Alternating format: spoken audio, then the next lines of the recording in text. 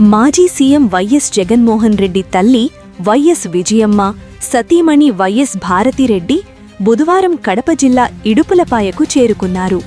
ఇడుపులపాయ సమీపంలోని నెమళ్ల పార్కు వద్ద ఉన్న ప్రార్థనా మందిరంలో ముందస్తు క్రిస్మస్ వేడుకలను కుటుంబ సభ్యులతో కలిసి వారు ఘనంగా జరుపుకున్నారు. ప్రత్యేక ప్రార్థనల అనంతరం క్రిస్మస్ కేకును కట్ చేశారు. ఈ కార్యక్రమంలో వైఎస్ కుటుంబ సభ్యులతో పాటు వైసీపీ ముఖ్య నాయకులు, కార్యకర్తలు పెద్ద సంఖ్యలో పాల్గొన్నారు.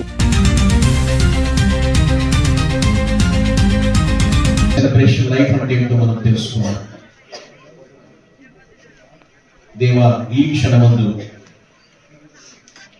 నా హృదయ మధ్య గదిలో